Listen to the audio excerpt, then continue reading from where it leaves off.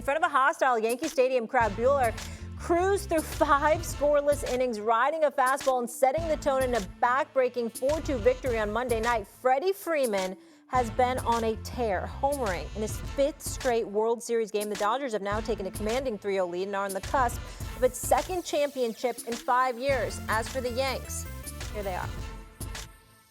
Aaron, only one team has ever come back from a 3-0 deficit in World Series history. How do you like your chances heading into Game 4? We're trying to get a game tomorrow. Okay, that's where our focus lies. So hopefully we can, go be this amazing story and shock the world. But right now it's about trying to get a lead, trying to grab a game and force another one, and then on from there. But we got to grab one first. Just look at the season we've had, the ups and downs. Look at the postseason that we've had. The battles we've had, and just kind of go from there. Even though we're down 3-0, it's. We win one game, you never know what's going to happen the next couple. So it's just about looking at the next game that we got tomorrow, and that's all we got. Stephen A. What would losing to the Dodgers mean for the Yankees? Well, it's not losing. It's the fashion in which they're losing. To get swept, this is 2 of the 3 highest payrolls in baseball. Correct me if I'm wrong, Jessica. And when you look at the New York Yankees right now, having not won a World Series since 2009, to religiously have one of the highest payrolls in baseball, to go out like this to a Dodgers squad that is an absolute monster, but you're supposed to be able to compete with them better than this. What we saw in Game 1 is what we anticipated the series would be. Nip and tuck, back and forth, that kind of game, and to see them nosedive the way that they've had.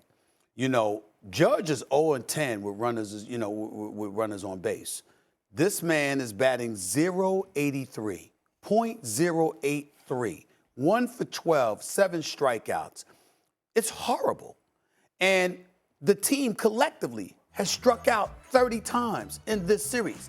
Now, let's juxtapose that to what we're accustomed to seeing. Remember the days, it was not an accident that Jeter threw out that first pitch. Now, I love my man Fat Joe. I really, really do. I love my brother right there. No Ice Cube, but go ahead. Not Ice Cube. Bow down when you come to our town. Ice Cube in L.A., that was something special. It was no doubt about it. That wasn't Joe. You know why? Because he was in the wrong sport. I understand he might like the Yankees and all that, but damn it, we see Fat Joe at the Knicks, not the Yankees. But I disagree. I digress. I digress because I love my brother. The point that I'm making is this. Jeter threw out that first pitch. El Capitan. Yeah. Derek Jeter. You understand what I'm saying? It should have set the tone. The Mariano Rivera's of the world and the crew. This is what we're talking about here. Let's go back further. When we think about World Series, Shannon, Jessica, you know this. We all think about Mr. October, Reggie Jackson. 3 World Series contests, all against the Dodgers. Batted .408 home runs, 17 RBIs, 1977. Don't give my father, me and my father's one of our greatest memories. Reggie Jackson, he batted .450 in that series. He had about 5 home runs. It was spectacular. This is what we're accustomed to seeing. Maybe not that great, but we're expecting greatness. You're wearing the pinstripes. You answer the call. And if you lose like you lost to the Arizona Diamondbacks in 7 games or something like that. You don't get swept. To get swept, if the Yankees get swept, I don't know if this is an ideal destination for future big-time stars. Why would you put that out there? Because they might. Hey, listen, the Mets didn't get swept by them, okay? And the Dodgers are the Dodgers. So again, the allure, I would challenge you, has been dimmed to some degree. I'm very hurt by the Can we just flip the question to just, okay, what does this do for the Dodgers to sweep the Yankees? Well, I get it's a little New York bias, right, up in here, but let's just think about this for a second. We came in to this season, so much talk about so many different storylines, and I get it. As a baseball fan, I wanted this to be more competitive. But if it ends up in a sweep, rather than woe is the Yankees, woe Aaron Judge, all of these things, how about them Dodgers? How about the fact that they have been in the postseason for the last 12 years with one World Series title? That's and right. It was like an asterisk in COVID. You know, does this even count? You look at the talent, the domination, like flat out domination. I get with the Yankees, it's been since 2009, but they have not been contending. They have not been the team that you're thinking they're going to win a World Series for the last decade. I thought they would win against Houston. The Dodgers have. Now they finally get to be able to put that exclamation point. They get the opportunity not just make it to the World Series and win the World Series, but take down the Yankees in a way with the broom, hit them over the head with it, and not even have their star to show them what the Yankees can't. Yankees can't do it without Aaron Judge. Well, guess what? The Dodgers are doing it without Shohei Ohtani. What does that say about the team, about the organization, and honestly, about the depth of that lineup to do it when Shohei Ohtani, you give me the Aaron Judge numbers, Shohei Ohtani is 1 for 11. Shay? Man, I love Jess. Jess be piling on. Jess be like, yeah, hey, you know what? Not only are the brooms out to sweep y'all up, I'm going to hit you over the head with it, Stephen A., because I know. But, Stephen A., you make this seem like this is the Dodgers are David and the Yankees are Goliath. This is a Goliath versus Goliath. But the Dodgers just happen to be a bigger Goliath. Do you realize what they tried out there? Shohei Ohtani, Mookie Betts, Freddie Freeman, all of those guys have been regular season MVPs, and they're batting in 3 of the first 4 spots. It ain't like we expected them to get. Listen, I picked the Yankees to win in 7. I mean, I thought it was going to be a series. I know who the Dodgers are. We didn't expect the Yankees to nosedive like this.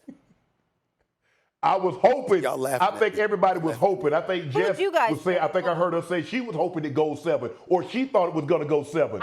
But you know how it is in baseball. One team catches fire, and it's all of a sudden it's not going to go 7. But I would rather get swept than lose how they lost in 7 to the Arizona Diamondbacks, because you're like, man, we were this close. Because that Freddie Freeman home grand slam, that was only game 1.